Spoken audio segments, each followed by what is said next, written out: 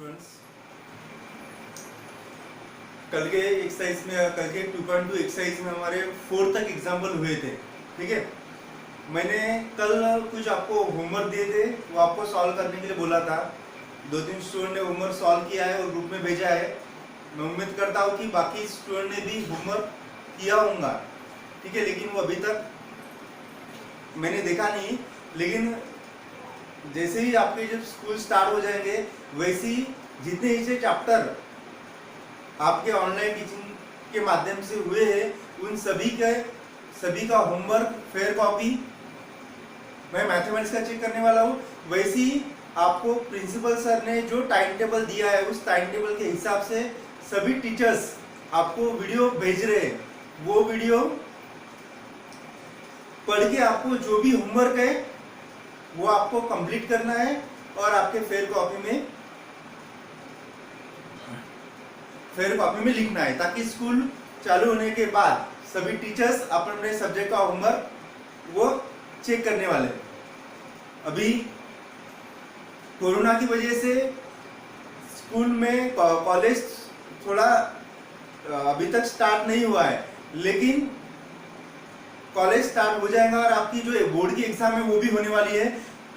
Syllabus जो है वो 25% ऑलरेडी कम कर किया जा चुका है। तो जो लिमिटेड पोर्शन है स्टूडेंट, वो अच्छे से आपको पढ़ना है। ठीक है, ताकि कुछ दिन बाद आपको ऐसा नहीं लगना चाहिए कि इतनी सारी छुट्टी हमको मिली फिर भी हमने पढ़ाई नहीं की। ठीक है, तो ज़्यादा तो पोर्शन आपको पढ़ना नहीं है। आप डेली 2 आवर्स 3 आवर्स अगर आप पढ़ते हो तो डिफिकल्ट नहीं आएगी। और मैंने आपके टाइम टेबल में मैथमेटिक्स का डाउट सेशन, उसके बाद मैं टेस्ट भी ले सकता हूँ, या फिर अगर आपको जो भी डाउट्स है वो डाउट्स हम क्लियर कर लेंगे। मैंने मैट्रिक्स अब इस बार स्टार्ट किया है। पुराना जो चैप्टर था डेरिवेटिव मैंने स्टार्ट किया था, उसकी एक एक्सरसाइज फर्स्ट एक्सरसाइज कंप्लीट हो चुकी है। उसके बाद logarithmic function, derivative of logarithmic function, वो बाकी ये जो एक्सरसाइज है वो हम बाद में पढ़ लेंगे। ठीक है, फिलहाल ये जो मैट्रिक्स है ये कवर कर लेंगे। ठीक है, तो मैं यही बोल रहा हूँ कि जो भी मैं पढ़ा रहा हूँ उसमें जो भी आपको डाउट्स है वो आप मुझसे पूछ सकते हो, लेकिन और जो भी मैं होमवर्क दे रहा हूँ वो होमवर्क आपको कंप्लीट करना है।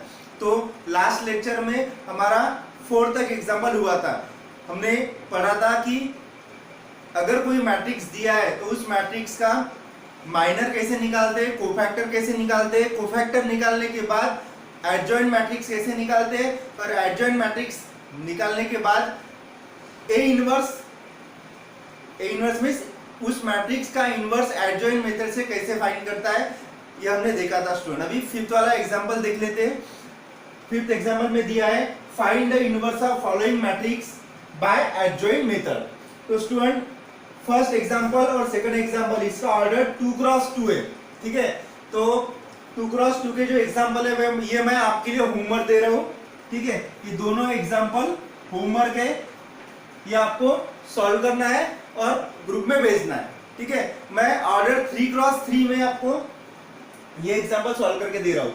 इस एग्जांपल का क्या फाइंड करना है स्टूडेंट, आपको इनवर्स फाइंड करना है बाय एडजॉइंट मेथड। तो एडजॉइंट मेथड का फार्मूला हमने अच्छे से पढ़ा था। एडजॉइंट मेथड से इनवर्स फाइंड करने के लिए क्या जरूरी है, यस, उसके लिए first cofactor of matrix find करना जरूरी है, और कोफैक्टर ऑफ मैट्रिक्स फाइंड करने के लिए माइनर निकालना पड़ता है। फिर कोफैक्टर ऑफ मैट्रिक्स निकल गया तो वो एडजॉइंट कब बनेगा, जब मैं उसको रो इंटरचेंज करूंगा कॉलम से, तब वो एडजॉइंट बनेगा, और फिर फॉर्मूले पुट करके आपको सॉल्व करना है। तो फर्स्ट देख लो ये मैट्रिक्स, और स्टूडेंट इनवर्स का मैट्रिक्स, इसका मैं मैट्रिक्स कब निकाल सकता हूँ, जब मैं इस मैट्रिक्स का अगर मैं डिटरमिनेंट लेता हूँ तो उस डिटरमिनेंट की वैल्यू 0 नहीं आनी चाहिए। अगर 0 आती है तो मैट्रिक्स उसका हम इनवर्स फाइंड नहीं कर सकते। ठीक है, तो उसको बोलते हैं अगर ये मैट्रिक्स नॉन सिंगुलर है तो इसका डिटरमिनेंट 0 नहीं आएगा। ठीक है, तो देखो स्टूडेंट यहाँ पे इसका मैट्रिक्स फाइंड करते हैं। पहले डिटरमिनेंट ऑफ ए फाइंड कर लो। यहाँ पे स्टूडेंट स्पेस कम होने की वजह से मैं ये मैट्रिक्स नहीं लिख रहा हूँ। ठीक है, इस मैट्रिक्स को मैं ए नाम दे रहा हूँ। A equal to given matrix. Now determinant of A equal to 1 0 0 3 3 0 5 2 -1। तो स्टूडेंट इसको सॉल्व कर लो, कितना आएगा ये 1 इंटू 3 इंटू -1 -3 -0, उसके बाद यहाँ पे मिडिल साइन -0। तो स्टूडेंट ये 0 से कोई भी मल्टीप्लाई करोगे तो इसका आंसर 0 आने वाला है। मैं यहाँ पे भी देखो इसको भी स्टार्ट करूंगा तो ये भी कितना आने वाला है 0। तो ये लिखने की जरूरत नहीं है, क्योंकि कोई भी नंबर को 0 से अगर आप मल्टीप्लाई करते हो तो उसका आंसर 0 आने वाला है। उसके बाद -3 इज नॉट इक्वल टू 0। तो डिटरमिनेंट ऑफ ए कितना आ गया स्टूडेंट, ये आ गया -3। स्टूडेंट इसका डिटरमिनेंट ऑफ ए फाइंड हो गया है, -3 है।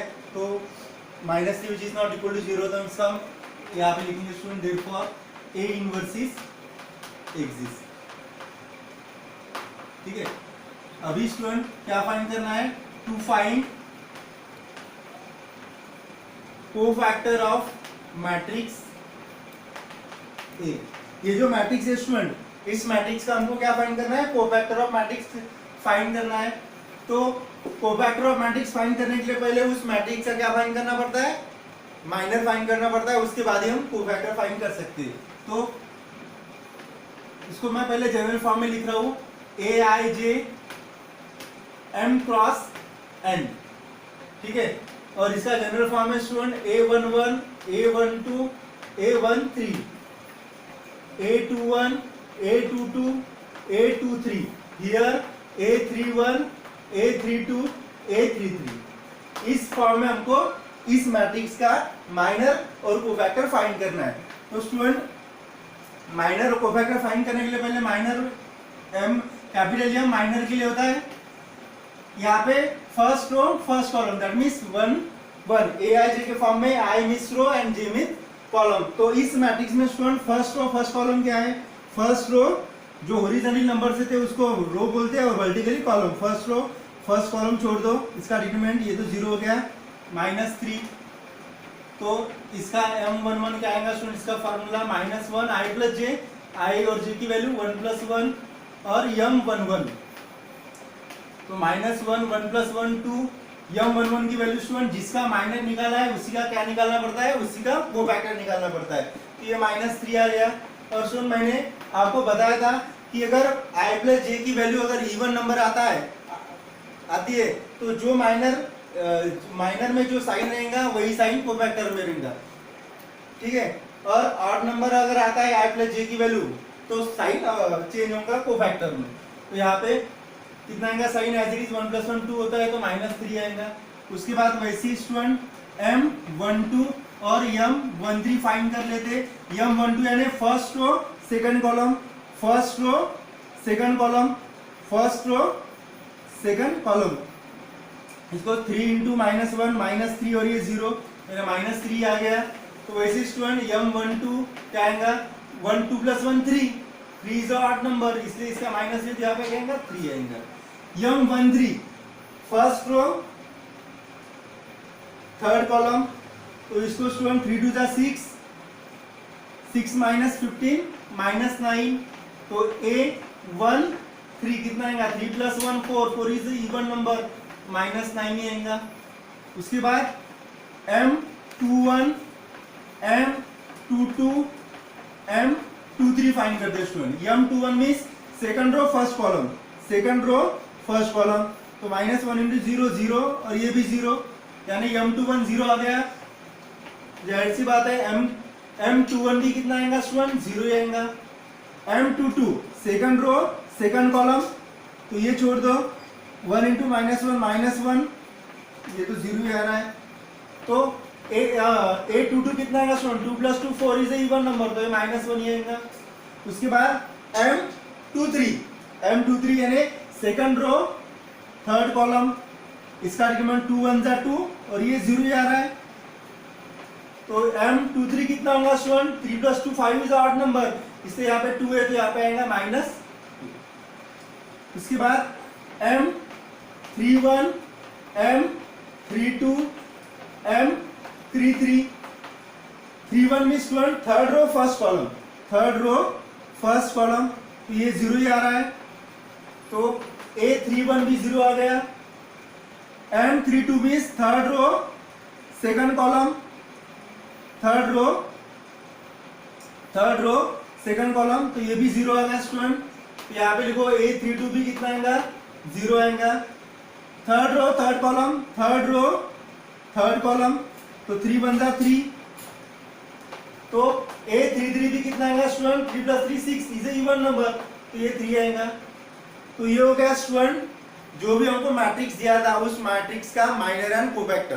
ठीक है, तो हम यहाँ पे लिखते हैं, यहाँ पे स्टूडेंट ज्यादा स्पेस नहीं है इसलिए मैं ये मिटा रहा हूँ। आपको याद रखना है कि डिटरमिनेंट ऑफ p कितना आया था, -3 आया था। ये दो एग्जाम्पल आपके लिए होमवर्क छोड़ रहा हूँ, ठीक है, ये आपको सॉल्व करके ग्रुप में भेजना है।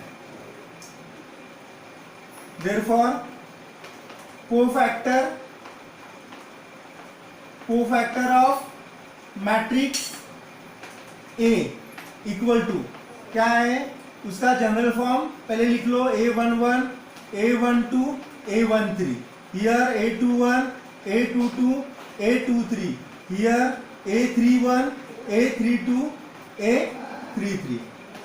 ठीक है, तो A11 -1 यहाँ पे A11 कितना है हमारा, -3 आ गया, A12 आ गया 3, A13 आ गया -9, A21 कितना आ गया स्टूडेंट हमारा यहाँ पे 0, A22 कितना आ गया -1, A23 कितना आ गया -2, A31 कितना आ गया 0, A32 कितना आ गया 0 और A33 कितना आ गया 3। ये हो गया student cofactor of given matrix. अभी जिसका हम कोफैक्टर फाइंड करता है उसका एडजॉइंट अगर हमको निकालना है तो क्या करना पड़ता है, इंटरचेंजिंग रोज एंड कॉलम। तो यहाँ पे लिखो therefore adjoint of matrix A equal to, क्या करना पड़ता है एडजॉइंट निकालने के लिए, जो कोफैक्टर ऑफ मैट्रिक्स रहता है उसको इंटरचेंज करना पड़ता है, रो को कॉलम, तो फर्स्ट रो को first column -3 3 -9, second row 0 -1 -2, third row का थर्ड कॉलम 0 0 3। ये हो गया स्टूडेंट एडजॉइंट ऑफ A। तो देयरफॉर A इनवर्स फाइंड करना था, A inverse equal to formula 1 determinant of A into adjoint of A, ये फॉर्मूला है फाइंड करने का इनवर्स। तो 1 डिटरमिनेंट ऑफ A हमारा कितना है स्टूडेंट, यस -3, और एडजॉइंट ऑफ A यहाँ पे निकाला है, ये लिख लो -3 0 0 3 -1 0 -9 -2। ये हो गया स्टूडेंट जो हमको मैट्रिक्स दिया था उस मैट्रिक्स का A इनवर्स। ठीक है, सिंपल, ज्यादा डिफिकल्ट मेथड नहीं है स्टूडेंट, और बोर्ड के एग्जाम में ये क्वेश्चन अगर आ गया तो आपको 3 मार्क के लिए आएगा, और ज्यादा डिफिकल्ट नहीं है, हमने 11 में पढ़ लिया है। ठीक है, इस एग्जाम्पल के 2x2 में मैंने 2 होमवर्क दिए थे, वो भी आपको सॉल्व करना है। और इसके बाद ये थर्ड एग्जाम्पल है फिफ्थ क्वेश्चन का, इसमें फोर्थ वाला एग्जाम्पल इस ऑर्डर 3x3 में। ठीक है, तो ये भी एग्जाम्पल में फोर्थ वाला एग्जाम्पल आपके लिए होमवर्क छोड़ रहा हूँ, या सॉल्व कर लेना, तो ग्रुप में आपको भेजना है। Please note down this example.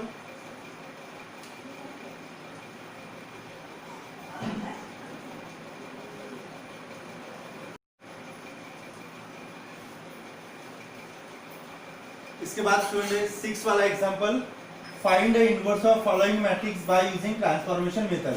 ठीक है स्टूडेंट, लास्ट लेक्चर में हमने पढ़ा था कि इनवर्स फाइंड करने की 2 मेथड है, एक एडजॉइंट मेथड है और सेकंड मेथड है elementary transformation method. Elementary transformation method में भी स्टूडेंट 2 मेथड है, कौन सी है, एक है रो ट्रांसफॉर्मेशन मेथड और सेकंड है कॉलम ट्रांसफॉर्मेशन मेथड। इस एग्जांपल में हमको इनवर्स फाइंड करने के लिए बोला है यूजिंग ट्रांसफॉर्मेशन मेथड। यहाँ पे बोला नहीं है स्टूडेंट कि रो ट्रांसफॉर्मेशन मेथड से सॉल्व करना है या फिर कॉलम ट्रांसफॉर्मेशन मेथड से सॉल्व करना है, तो हम दोनों भी इसमें दोनों में से एक सॉल्व कर सकते हैं। मैं ये एग्जांपल आपको रो ट्रांसफॉर्मेशन मेथड से सॉल्व कर रहा हूँ। अगर बस इतना ही पूछा है स्टूडेंट तो रो ट्रांसफॉर्मेशन मेथड से सॉल्व करो।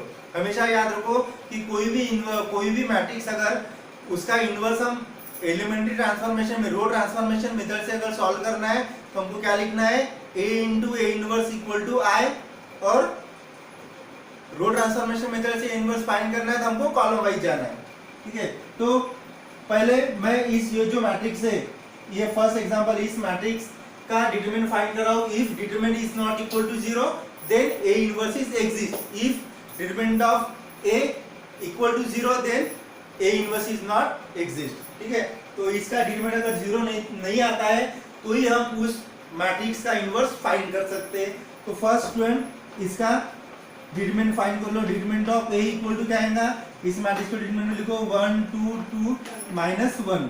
तो ये आएगा स्टूडेंट 1 × -1 -1 -2 टू द 4, तो ये -5 which is not equal to 0। 0 नहीं आ रहा है, देयरफॉर यहाँ पे लिखना है ए इनवर्स इज एग्जिस्ट या A inverse exist. A inverse इसका हम निकाल सकते हैं। नाउ अभी इसको मैं स्टूडेंट रो ट्रांसफॉर्मेशन मेथड से सॉल्व कर रहा हूं, तो मुझे क्या लिखना पड़ेगा, yes A into, now consider A into A inverse equal to I. ये कब लिखना पड़ेगा, जब मैं रो ट्रांसफॉर्मेशन मेथड से सॉल्व कर रहा हूं। ये इस इनवर्स का, इस मैट्रिक्स का इनवर्स फाइंड के लिए। इसको भाई यहाँ पे मैंने ए मैट्रिक्स दिया है तो मैं यहाँ पे ए इक्वल टू लिख रहा हूँ, A equal to given matrix. तो स्टूडेंट आईएमएस क्या होता है, आईएमएस होता है यूनिट मैट्रिक्स, उसको हम बोलते हैं आइडेंटिटी मैट्रिक्स। ठीक है, तो स्टूडेंट आइडेंटिटी मैट्रिक्स, इस मैट्रिक्स का ऑर्डर क्या है, 2 × 2 है, तो आइडेंटिटी मैट्रिक्स क्या आएगा, यस 1 0 0 1। तो इसमें वैल्यू पुट कर लो। ए मैट्रिक्स दिया है, कितना दिया है, ए मैट्रिक्स दिया है हमको 1 2 2 -1 into A inverse equal to I means identity matrix 2 × 2 में कितना है स्टूडेंट, 1 0 0 1। अभी हमने आपको बोला था कि अगर हमको रो ट्रांसफॉर्मेशन से इनवर्स फाइंड करना है तो कॉलम वाइज जाना है। तो सबसे पहले मैं फर्स्ट कॉलम में यहाँ पे 0, यहाँ पे 1 लाऊंगा और यहाँ पे 0 लाऊंगा, है ना। यहाँ पे जो वैल्यूज है ये आपको लेफ्ट हैंड साइड में लानी है।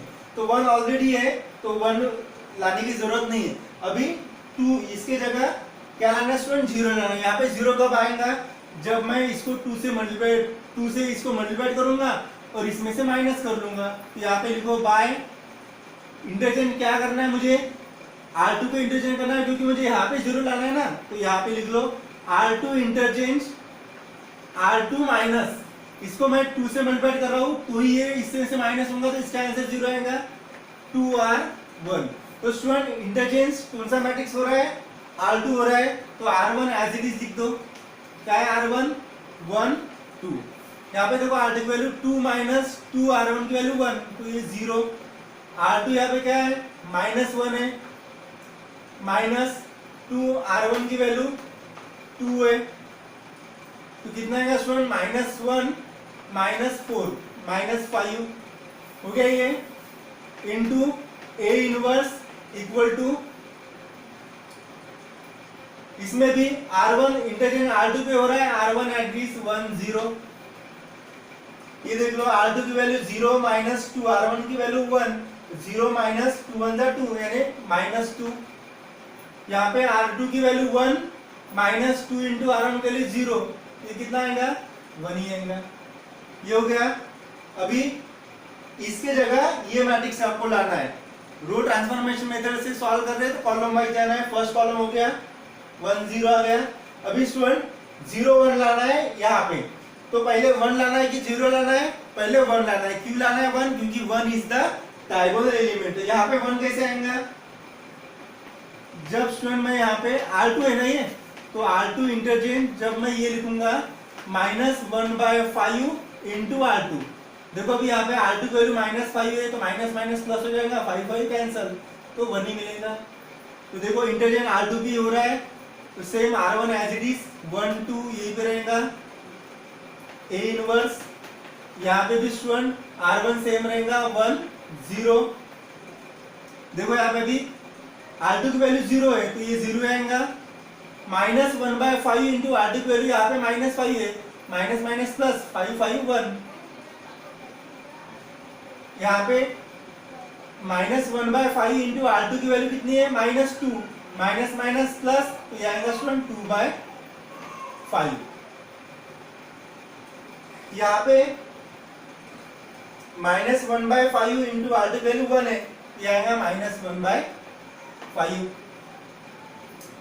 अभी भी स्टूडेंट ये आइडेंटिटी मैट्रिक्स नहीं बना है, ये आइडेंटिटी मैट्रिक्स चाहिए तो यहाँ पे इनवर्स फाइंड कर पाओगे। तो आइडेंटिटी मैट्रिक्स बनने के लिए यहाँ पे अभी मुझे 0 चाहिए, ये तो क्लियर हो गया। अभी यहाँ पे 0 चाहिए, यहाँ पे 0 कैसे आएगा, अगर मैं इसको 2 से मल्टीप्लाई करता हूँ R2 को और इस R1 से माइनस करता हूँ तो यहाँ पे मुझे 0 मिल जाएगा। तो इंटरचेंज क्या आएगा स्टूडेंट अभी यहाँ पे, बाय R1 इंटरचेंज, यहाँ पे चाहिए ना मुझे, R1 interchange R1 minus 2 times of R2। तो लिखो यहाँ पे स्टूडेंट इंटरचेंज R1 पे हो रहा है तो R2 एज इट इज आएगा 0 1 A इनवर्स, यहाँ पे भी R2 2/5 minus 1/5। R1 interchange R1 की वैल्यू 1 है माइनस ये 0, यानी यहाँ पे 1 ही आएगा। R1 की वैल्यू 2 माइनस 2 1 2, तो ये 0। यहाँ पे देखो R1 की वैल्यू 1 है, 1 माइनस 2, R2 की वैल्यू यहाँ पे सॉल्व करो मैं, R1 की वैल्यू 1 माइनस 2, R2 की वैल्यू 2/5, R2 की वैल्यू 2/5, तो ये 1 माइनस 2 2 4, 4/5, इसको सॉल्व कर लो, 5 माइनस 4 1/5, यहाँ पे आएगा 1/5। उसके बाद इसको भी वैसे ही सॉल्व कर लो स्टूडेंट, R1 की वैल्यू 0 माइनस 2, R2 की value minus 1/5, minus minus plus 2/5।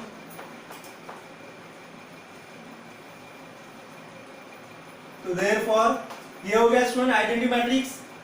तो लिख लो therefore A inverse equal to 1/5 2/5 2/5 minus 1/5। तो ये हो गया स्टूडेंट इस मैट्रिक्स का A inverse by using row transformation method. तो ज्यादा डिफिकल्ट नहीं है, ठीक है। हमेशा याद रखो कि अगर रो ट्रांसफॉर्मेशन मेथड यूज करने हैं you have to write A into A inverse equal to I, और कॉलम वाइज जाना है रो ट्रांसफॉर्मेशन यूज करते वक्त, ठीक है। तो सेम 2x2 में ये सेकंड वाला एग्जांपल है, ये एग्जांपल मैं आपको होमवर्क दे रहा हूँ, ठीक है। ये एग्जांपल आपको सॉल्व करना है, और जो भी वीडियोस मैं आपको YouTube चैनल से आपके व्हाट्सएप ग्रुप में भेज रहा हूँ उसको आपको सब्सक्राइब करना है और उस वीडियो को लाइक भी करना है, ठीक है। Please note down this example.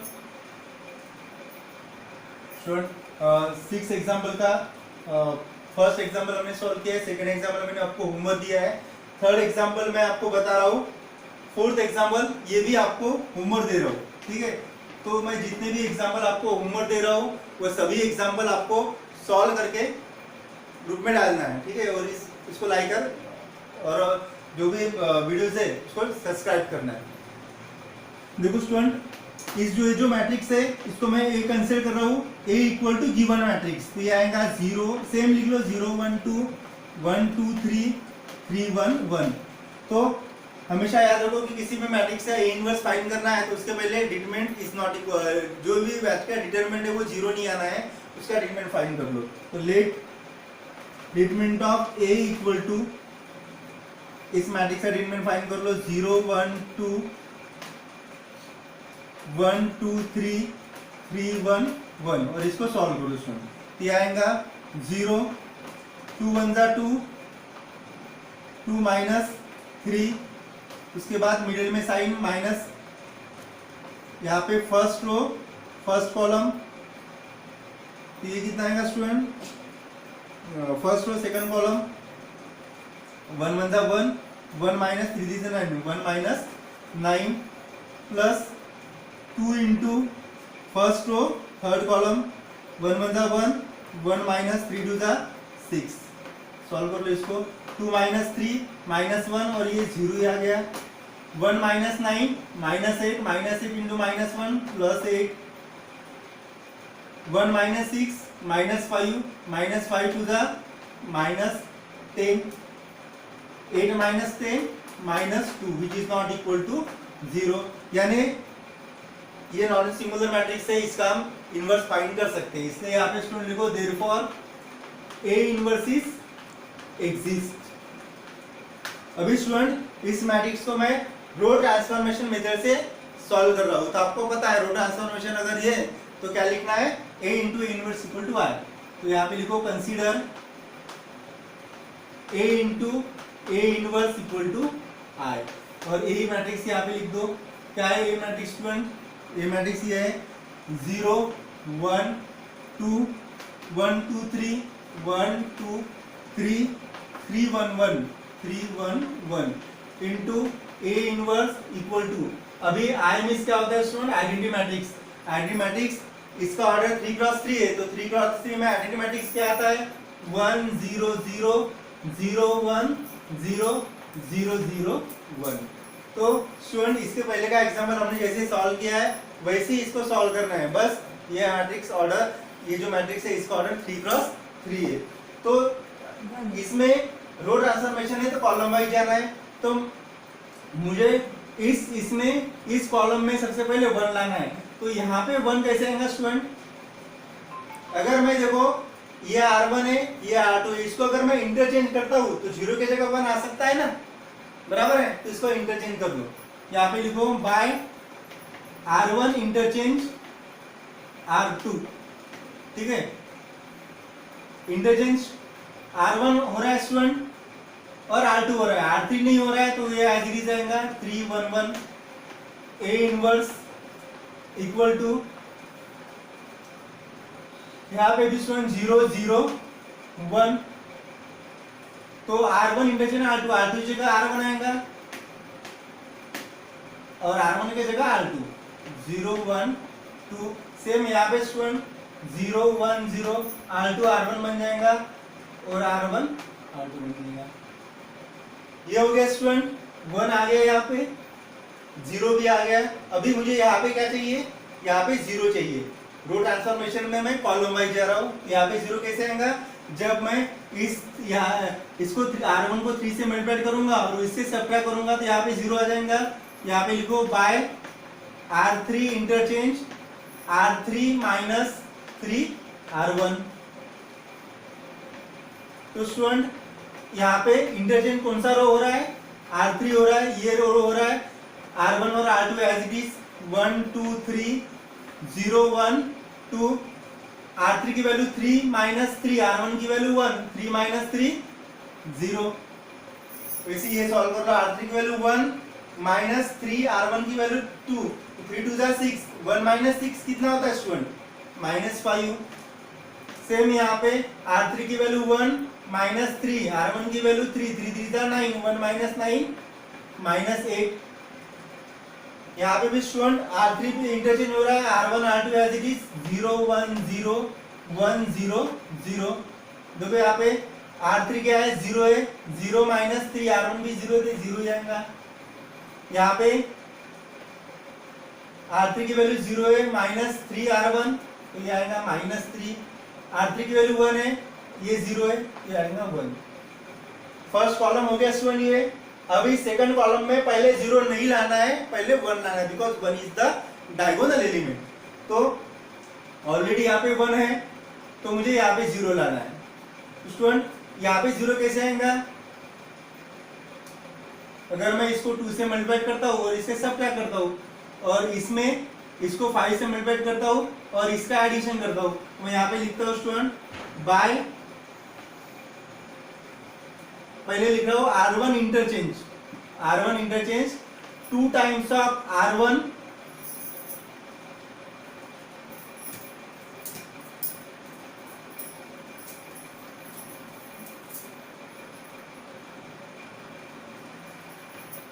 Bye R1 interchange R1 minus 2 times of R2। और नेक्स्ट लिख रहा हूं यहाँ पे R3 इंटरचेंज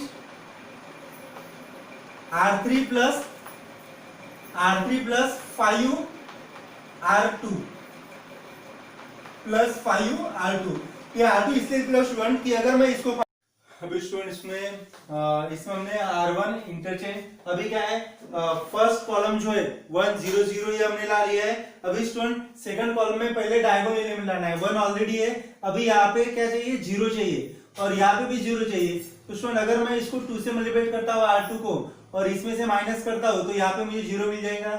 सेम अगर मैं यहाँ पे 5 से मल्टीप्लाई करता हूँ R2 को और इसका एडिशन करता हूँ अपोजिट साइड का तो मुझे भी 0 मिल जाएगा। इसलिए मैंने यहाँ पे लिखा है R1 interchange R1 minus 2R2 और R3 interchange R3 plus 5R2।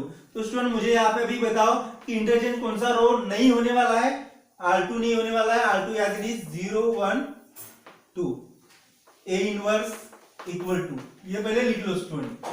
यहाँ पे इंटरचेंज क्या नहीं होने वाला है, R2 नहीं होने वाला है, 1 0 0। अभी यहाँ पे देखो R1 interchange R1 minus 2R2, तो R1 की वैल्यू 1 माइनस 2R2 की वैल्यू 0, तो यहाँ पे 1 ही आएगा। यहाँ पे R1 की वैल्यू 2 है स्टूडेंट, माइनस 2R2 की वैल्यू 2 2 2 2 माइनस 2 0। यहाँ पे R1 की वैल्यू 3 है, 3 माइनस 2 R2 की वैल्यू क्या है स्टूडेंट, यहाँ पे 2 है, 2 2 जा 4, तो 3 माइनस 4 माइनस 1। अभी यहाँ पे देखो मैंने यहाँ पे ट्रांसफॉर्मेशन दोनों एक साथ किया है, ठीक है। R3 interchange 0 minus R3 interchange यानी 0 प्लस 5R2, लेकिन R2 भी 0 है तो यहाँ पे 0 ही आएगा। R3 5 minus 5 plus 5 into R2, ये R2 इसमें यहाँ पे, तो ये आएगा 0। उसके बाद R3 की वैल्यू माइनस 8 प्लस 5 R2 2 है, तो 5 2 जा 10, माइनस 8 प्लस 10 2, ये हो गया लेफ्ट हैंड साइड। अभी राइट हैंड साइड में ये ऑपरेशन यहाँ पे कर लो, R1 की जगह R1 की वैल्यू 0 है, 0 0 माइनस 0 R3 है स्टूडेंट, यहाँ पे देखो ये R1 0 माइनस 2 R2 की वैल्यू 1 है, तो 0 माइनस 2 माइनस 2। उसके बाद यहाँ पे R1 की वैल्यू क्या है स्टूडेंट, 1 है, तो 1 माइनस 2 इंटू 0, तो यहाँ पे भी 1 आएगा। R1 की वैल्यू 0 माइनस ये भी 0। अभी देखो स्टूडेंट R3 प्लस 5R2 यहाँ पर अप्लाई करना है। R3 की वैल्यू क्या है 0 प्लस 5R2, R3 की वैल्यू 0 प्लस 5R2 की वैल्यू 1 है, तो 0 प्लस 5 1 जा 5, तो यहाँ पे क्या आएगा 5 आएगा। उसके बाद नेक्स्ट देखो स्टूडेंट R3 की वैल्यू माइनस 3 प्लस ये 0 माइनस 3। उसके बाद नेक्स्ट R3 की वैल्यू 1 प्लस ये 0 है, तो यहाँ पे 1 ही आएगा। ये हो गया स्टूडेंट, फर्स्ट कॉलम क्लियर हो गया, सेकंड कॉलम क्लियर हो गया, ठीक है। अभी थर्ड कॉलम में पहले हमेशा डायगोनल एलिमेंट ही लाना है, यानी 1 लाना है, तो यहाँ पे मैं 1 कब लाऊंगा, जब मैं 1/2 से इसको मल्टीप्लाई कर लूंगा, ठीक है। तो ये पोर्शन मैं इरेज कर रहा हूं, याद रखो इस एग्जांपल में -2 आया था हमारा, तो डिटरमिनेंट लिखने की जरूरत नहीं, हम एलिमेंट्री ट्रांसफॉर्मेशन से सॉल्व कर रहे हैं। ये फोर्थ वाला एग्जांपल मैंने होमवर्क दिया है, ये आपको सॉल्व करना है, ठीक है। तो ये मैं मिटा रहा हूं। उसके बाद देखो क्या चाहिए, अभी यहाँ पे 1 चाहिए डायगोनल एलिमेंट, तो बाय R3 इंटरचेंज 1/2 R3, तो इंटरचेंज कौन सा रो नहीं हो रहा है स्टूडेंट, यस R1 और R2 इंटरचेंज नहीं हो रहा है, तो वो एज इट इज वैसे ही लिख दो। R1 क्या है 1 0 माइनस 1, R2 है 0 1 2। यहाँ पे भी स्टूडेंट R1 क्या है -2 1 0 1 0 0, ठीक है। तो 1/2 R3 की वैल्यू 0 है, तो ये 0 ही आएगा, यहाँ पे भी 0 ही आएगा। 1/2 इंटू R3 की वैल्यू 2 है, 2 2 कैंसिल, तो यहाँ पे आएगा 1। अभी यहाँ पे देखो स्टूडेंट 1/2 इंटू 5 R3 की वैल्यू क्या है 5 है, तो यहाँ पे आएगा 5/2, यहाँ पे R3 की जगह -3 है तो -3/2। Are you getting my point? ठीक है, उसके बाद R3 की जगह क्या है 1 है तो 1/2 इंटू R3 मीन्स R3 की वैल्यू 1 है तो यहाँ पे आएगा 1/2। तो फर्स्ट कॉलम हो गया, सेकंड कॉलम भी हो गया, ये क्लियर हो गया। उसके बाद 1 भी आ गया यहाँ पे। अभी स्टूडेंट यहाँ पे क्या चाहिए, 0 चाहिए और यहाँ पे 0 चाहिए। यहाँ पे 0 कब हो जाएगा, जब अगर मैं इसका एडिशन, अगर मान लो स्टूडेंट इसमें से मैं अगर यहाँ पे 2 से मल्टीप्लाई करके एडिशन करता हूँ तो यहाँ पे 0 तो आ जाएगा, लेकिन ये नंबर भी चेंज नहीं होने वाले। इसलिए देखो यहाँ पे 0 0 आ रहा है तो क्या करना है, इसका एडिशन इसके साथ करना है ताकि ये जो वैल्यूज है ये नंबर से ये एज इट इज वैसी रहेंगे। इसका अगर मैं एडिशन करता हूँ R1 और R3 का तो यहाँ पे मुझे 0 मिल जाएगा और यहाँ पे भी 0 चाहिए तो इसको 2 से मल्टीप्लाई कर लो और उसका इसके साथ सब्ट्रैक्शन कर लो तो यहाँ पे भी 0 मिलेगा।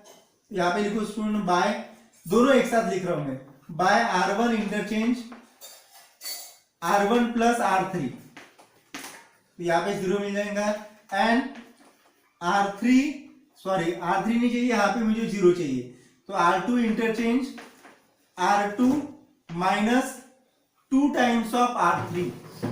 ठीक है, तो किस पे इंटरचेंज नहीं हो रहा है अभी, R1 और R2 पे हो रहा है, R3 पे नहीं हो रहा है तो R3 एडिज 0 0 1। देखो स्टूडेंट अभी R1 प्लस R3 की वैल्यू 0 है तो 1 प्लस 0 1, यहाँ पे भी 0 ही आ रहा है, दोनों जगह 0 है। यहाँ पे R1 की वैल्यू -1 है, -1 प्लस R3 की वैल्यू 1 है, -1 plus 1 0। A inverse equal to, देखो स्टूडेंट यहाँ पे R2 इंटरचेंज हो रहा है और R1 हो रहा है, R3 नहीं हो रहा है तो R3 एज इट इज 5/2। यहाँ पे मैंने R3 लिखा है, R2 नहीं किया है, R2 लिख लो। R2 माइनस यानी R2 की वैल्यू 0 -2 R3, ये भी 0 है तो यहाँ पे क्या आएगा स्टूडेंट 0 ही आएगा। उसके बाद R2 की वैल्यू 1 है, 1 - 2 R3 0 है तो यहाँ पे 1 ही आएगा। उसके बाद यहाँ पे देखो R2 की वैल्यू 2 है, 2 - 2 R3 की वैल्यू 1 है तो 2 - 2 0। ये हो गया स्टूडेंट आइडेंटिफाइड, यानी फर्स्ट कॉलम भी क्लियर हो गया, सेकंड कॉलम भी क्लियर हो गया और थर्ड कॉलम भी क्लियर हो गया। ठीक है, अभी यहाँ पे इंटरचेंज R1 और R2 हो रहा है, R3 नहीं हो रहा है तो same R3 as it is 5/3 - 3/2 1/। देखो अभी R1 क्या है, R1 प्लस R3 यानी मैं यहाँ पे लिख रहा हूं -2 प्लस 5/2, -2 प्लस 5/2 कितना होता है, -2 इंटू 2 -4, -4 प्लस 5 1/2 तो यहाँ पे लिख लो 1/2। उसके बाद यहाँ पे लिखो सेम R1 प्लस R3 1 - 3/2, 1 - 3/2, 2 मायने -1/2, ये आ जाएगा -1/2। सेम यहाँ पे R1 प्लस R3 0 प्लस 1/2 यानी 1/2 ये आएगा। तो ये हो गया स्टूडेंट R1 इंटरचेंज का। अभी क्या करना है, R2 ये R2 - 2 R3, R2 1 है, 1 - 2 R3 की वैल्यू क्या है 5/2 है तो सॉल्व कर लो। 5 2 10 - 10/2, 2 - 10 -8/2 और स्टूडेंट -8/2 कितना होता है -4 तो यहां पे आएगा -4। उसके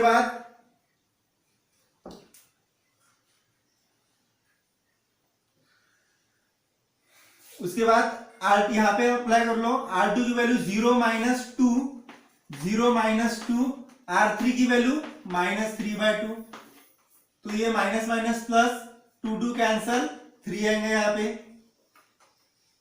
नेक्स्ट यहाँ पे भी R2 की वैल्यू 0 - 2 R3 की वैल्यू 1/2, 2 कैंसल तो -1 बचेगा। देखो स्टूडेंट अभी ये भी क्लियर हो गया और ये भी क्लियर हो गया तो ये हो गया A इनवर्स।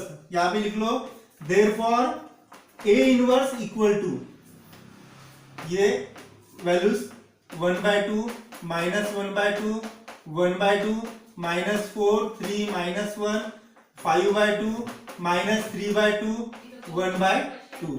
ये हो गया स्टूडेंट इस मैट्रिक्स का ए इनवर्स फाइंड करना। ठीक है, तो please note down this example. ठीक है, और इसके बाद का जो नेक्स्ट एग्जांपल है स्टूडेंट फोर्थ वाला, ठीक है, वो मैं आपको होमवर्क दे रहा हूं। ठीक है, लिख लो एग्जांपल ये।